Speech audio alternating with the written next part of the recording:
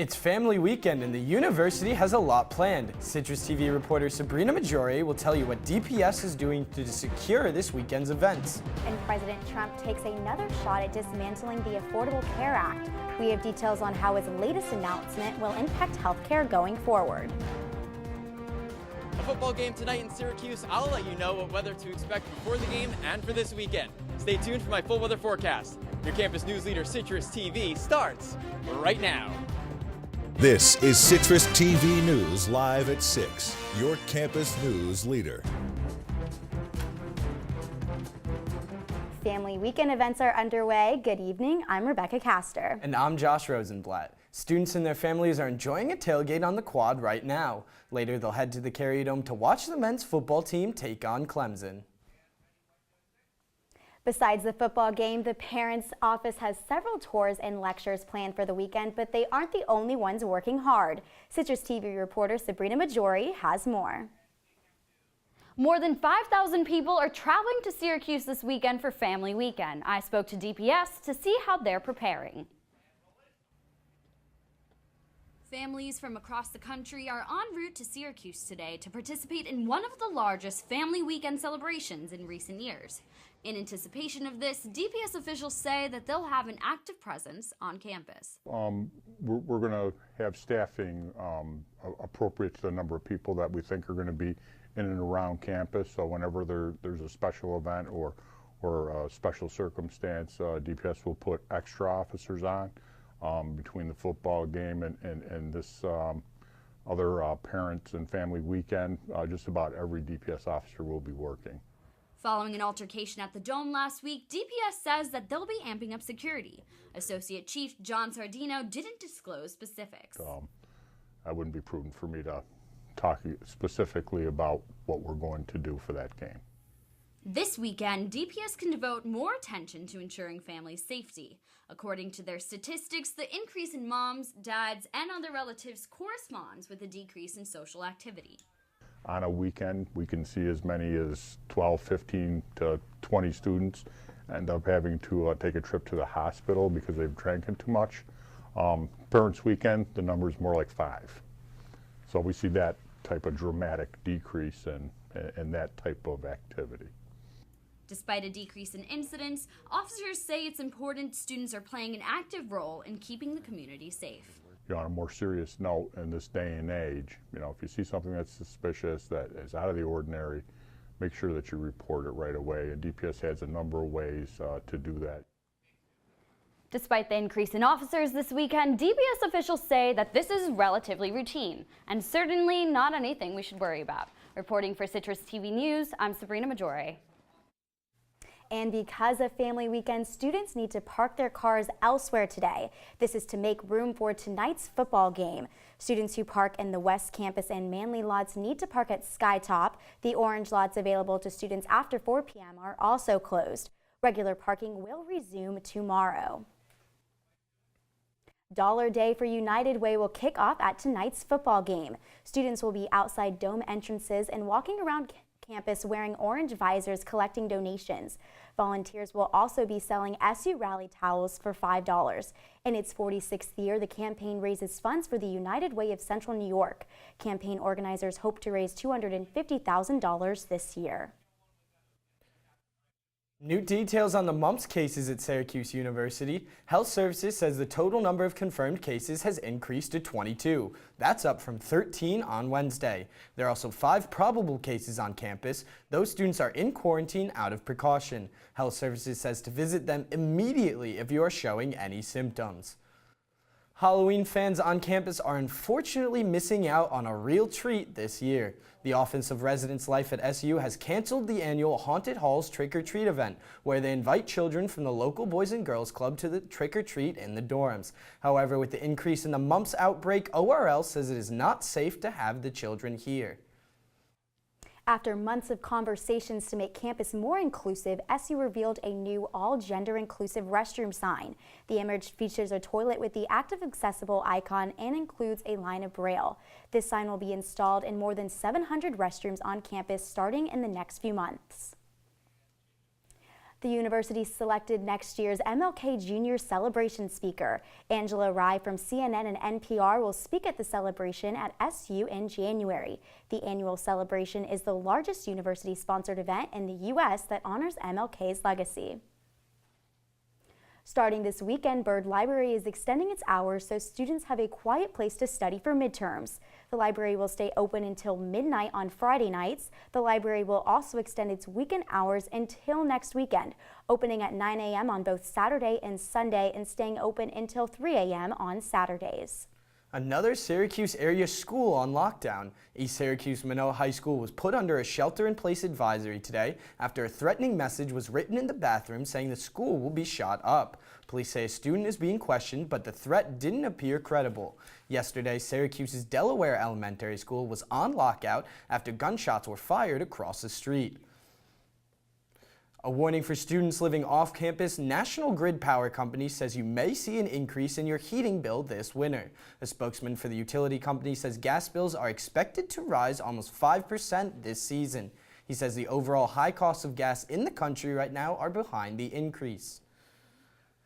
Besides preparing for the rise in your heating bill, there are certain parts of your home you should start prepping for the winter. CitrusTV reporter James Groh explains what you should start preparing your garden for the cold now. It's fall. The leaves are changing colors and the air is getting cooler. You don't want to think about winter, but it's just around the corner. So while you're getting your winter coats ready, it's important to prepare your garden too. A lot of what we need to do for winterizing our garden is when we can still get outdoors and do things. The Syracuse Library hosted a Winterize Your Garden event, a seminar designed to prepare attendees for the cold and quell fears they have of gardening in a Syracuse winter. People complain about the snow, but if you look at it from the point of view of growing, agriculture does very well in New York State, and home gardens generally do well also. There are even plants that benefit from the cold.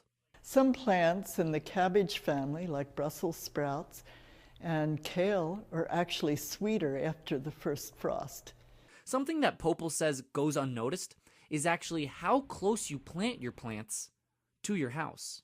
Plants that are right under the eaves of your house, where snow from the roof will land on them, you may need to protect them physically in some way. One plant she says to simply just avoid growing during the winter is tomatoes. Well, certainly tomatoes and anything in the tomato family is very sensitive to cold. So let's say you've got a rose garden and you want all of this to make it through the Syracuse winter. Well, what you should do is put a little mulch down here at the bottom of the plant. That way it insulates the roots and keeps the plant dormant. Then in the spring, this entire bush will be full of blooming rose petals. James Groh, CitrusTV News. If you want to find out more about plants that can resist a Syracuse winter, go to the Cornell Cooperative website for a detailed list. It's been raining off and on the last few days in Syracuse. But today the sun finally made an appearance. David Edelstein is outside the dome enjoying the nice fall day. Thanks, guys. I'm outside the Carrier Dome right now where fans are starting to arrive for tonight's football game, Syracuse versus Clemson, starting in about 45 minutes at 7 p.m. Taking a look at our traffic camera, looking at I-81 right next to campus, we can see just light traffic. Should be an easy exit to get to campus if you're still on your way to the game. Not a problem at all. Should get here in time. Outside right now, 63 degrees here in Syracuse. In the surrounding central New York area, the low is 58 degrees down in Binghamton, 66 degrees in Rochester, always a little bit warmer than in Syracuse. It is a little breezy outside though. 14-mile-an-hour winds right now in Syracuse, 18-mile-an-hour gusts. But inside the Carrier Dome, if you're going to the game, that should not at all be a problem. The Carrier Dome has a roof. I'll have my full weather forecast for you guys back in the studio. Back to you guys.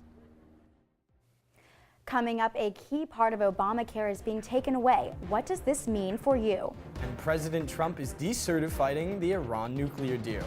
We'll tell you why after the break.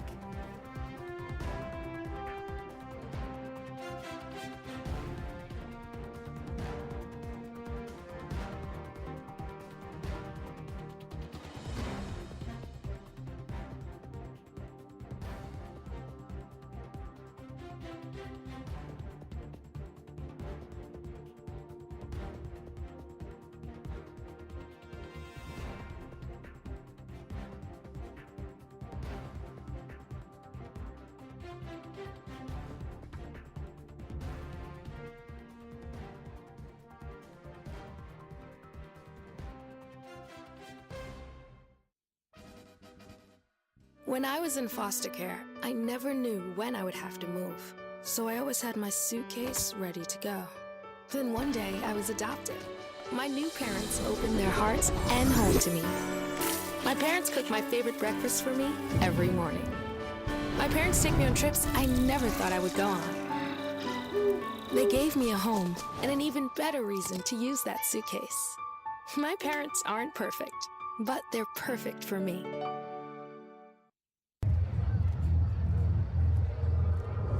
Looking for these?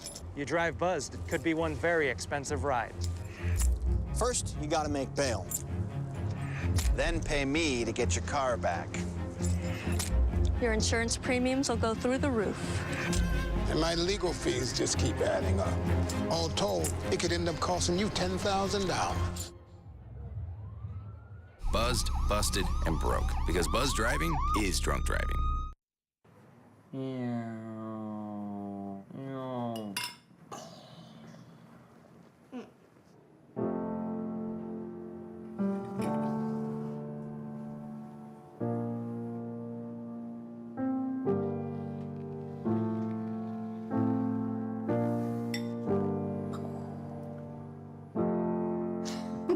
Visit aarp.org/caregiving for information on how to provide even better care for the person who wants to care of you.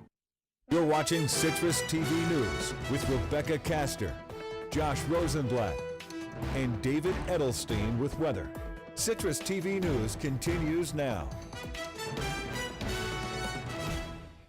The Trump administration is scrapping key Obamacare subsidies. President Trump made the announcement overnight. The change removes subsidies that help lower-income enrollees pay for health insurance. Nearly half of enrollees qualify for the subsidies without the funds. Critics worry that several major health care providers will hike up premiums or drop out of the market altogether. This is Trump's latest push to dismantle Obamacare after Congress once again failed to repeal and replace the program. Another blow to Obama's legacy. President Trump says he will not recertify the Iran nuclear deal. He says Iran is not living up to the spirit of the 2015 deal and has even violated certain measures.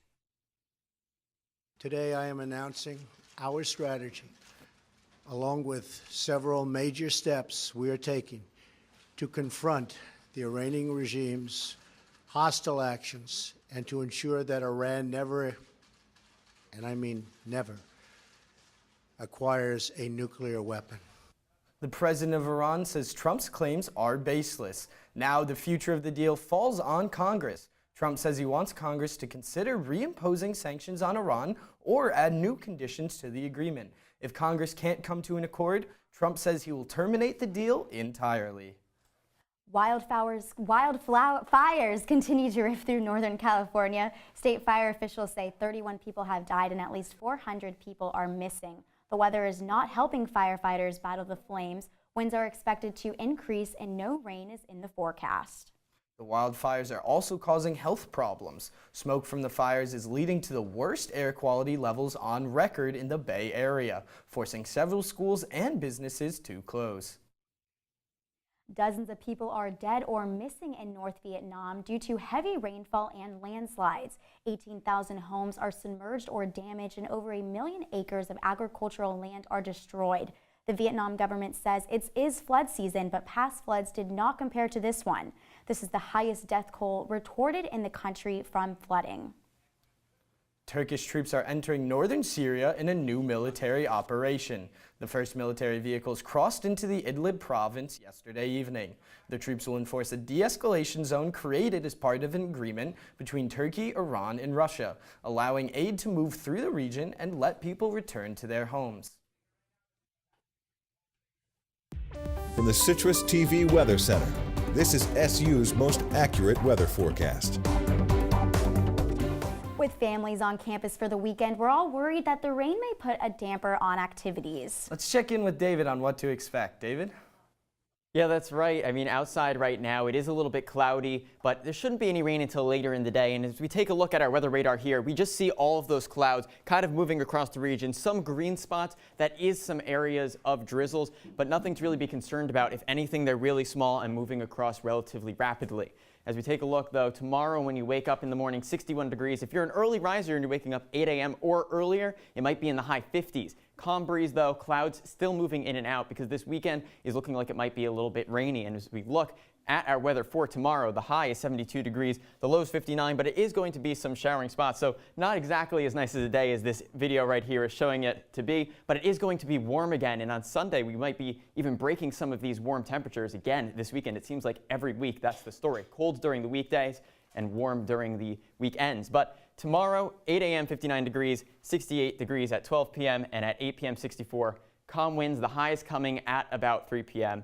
And as we look, you can see that here, as we look towards this weekend, some thunderstorms might be moving in. The yellow spots are spots where there might be some thunderstorms, some lightning coming in the area. And it's just kind of moving across through tonight into tomorrow midday. Now, when we look at our 5-day forecast, that's the story that we see. Some rain tomorrow on Saturday, 72 degrees. Thunderstorms on Sunday. Then it starts to clear up with some clouds. As we get towards midweek, it should clear up and be back to a little bit cooler temperatures than we'll see this weekend, though. So, David, we're back. It seems like a reoccurring theme, but when is the rain finally going to stop? Yeah, so the rain is really going to be here tonight around 10 p.m., tomorrow spots throughout the day, and then on Sunday, thunderstorms mid-afternoon, 2, 3, 4 p.m. But as for right now, nothing outside, and as we get closer to Wednesday, it will dissolve. Awesome. Thanks, David. Coming up after the break, Equifax faces another cyber attack. Why the IRS is now pulling its contract with the credit reporting company. And a banking giant is under legal investigation. Stay tuned. Every time I hear the alarm bell go off in school, I think it's an air raid. A lot of houses in our neighborhood have been destroyed. I like to close my ears and sing songs whenever the bombs come close. I'm worried our new neighbors won't like us. But I know it's all gonna be worth it. I just want my family to be safe. But these are not my words. These are not my words. These are not my words.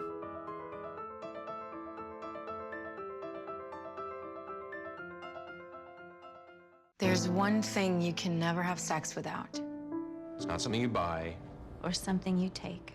In fact, there's only one way to get it. It has to be given to you, freely. It's consent. Because sex without it isn't sex. It's rape. Consent. If you don't get it, you don't get it. It's on us to stop sexual assault. Learn how and take the pledge at itsonus.org.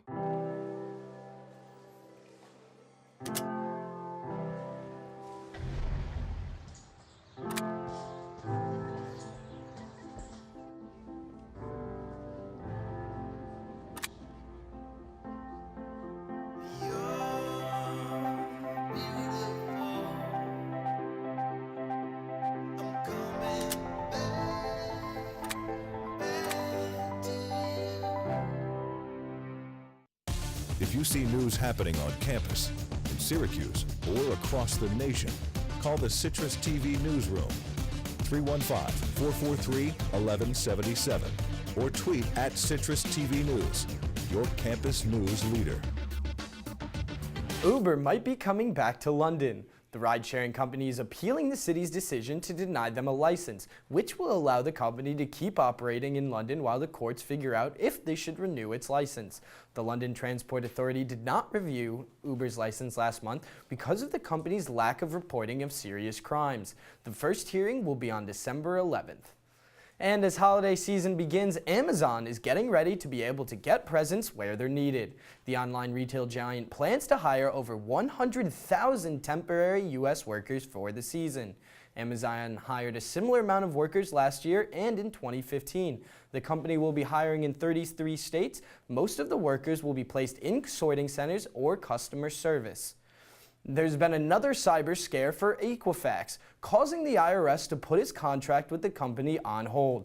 The credit reporting agency shut down part of its website yesterday after it discovered a malicious code running on one of its web pages. The company was hacked this summer, potentially compromising the personal information of nearly 150 million Americans. Equifax says no information was stolen in yesterday's attack, but the IRS is taking time to review the company's security to protect taxpayers. Obesity in the United States is at an all-time high. The National Center for Health Statistics released a report today saying 40% of all adults in the country are obese. 20% of children in the U.S. are also obese. Rates have been increasing dramatically since 1999 and do not seem to be slowing down. Youth obesity seems to be stable, but researchers say it is too early to see if this is a trend. Wells Fargo is paying out a lot for federal investigations. The banking giant reported its recent profits fell almost 20% because it needed to use $1 billion to pay for required legal expenses. Wells Fargo is planning to close about 400 banks by the end of 2019 to offset the costs. Investigators are using this money to examine subprime mortgage sales Wells Fargo's made before the 2008 financial crisis. Jason Aldean resumed his tour last night following the Las Vegas massacre. The country star played in Oklahoma after canceling his California leg of the tour out of respect for the victims. Aldean said it was very tough and emotional for them to play last night, but he wanted to play the show that those in Vegas did not have a chance to hear. Coming up in sports, Syracuse football takes on a top-ranked opponent. The men's soccer team is underway in Chestnut Hill, and the volleyball team puts its 5-match win streak on the line. Stick around, we'll be right back.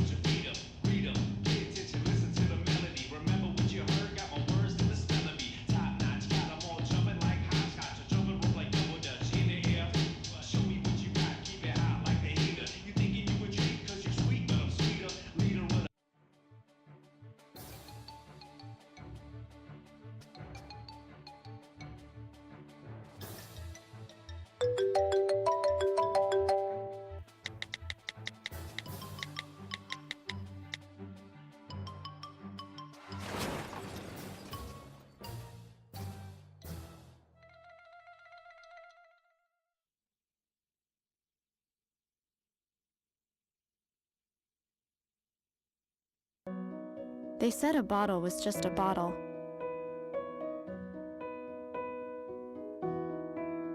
That no one would ever notice me.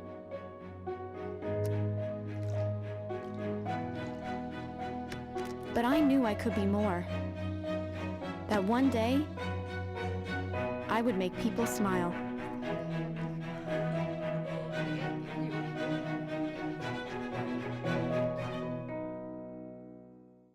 And now, your CitrusTV Sports Report. After a morale-boosting 27-24 win over Pitt, Syracuse is set to face off against number 2 Clemson tonight at 7. When these teams played last year, the Orange was embarrassed 54-0 in Death Valley. Of course, Clemson went on to post an 11-1 record en route to its second national championship in school history. Sitting at 6-0, the Tigers look just as formidable this year, but Syracuse is embracing its underdog status this time around.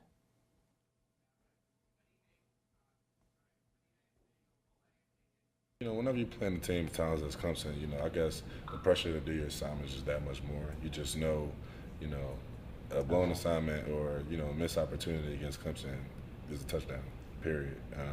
You playing teams like that, I think just your focus just needs to be up just a little bit more. But you never want to put too much pressure on yourself because, you know, like I said, you make the moment too big, you'll end up missing it. But other than that, you know, I'm looking forward to the opportunity. It's great, you know, you get to go against these top teams. Got nothing to lose, the underdog, so no one expects nothing from us except for us. And coming up right after News Live at 6, stick around for a live edition of Cuse Countdown. Nick Dugan, Chris Thompson, and Christian de Guzman will break down the matchup right here on OTN. On the pitch, the SU women's soccer team will look to build on its 2-game conference win streak tomorrow against NC State.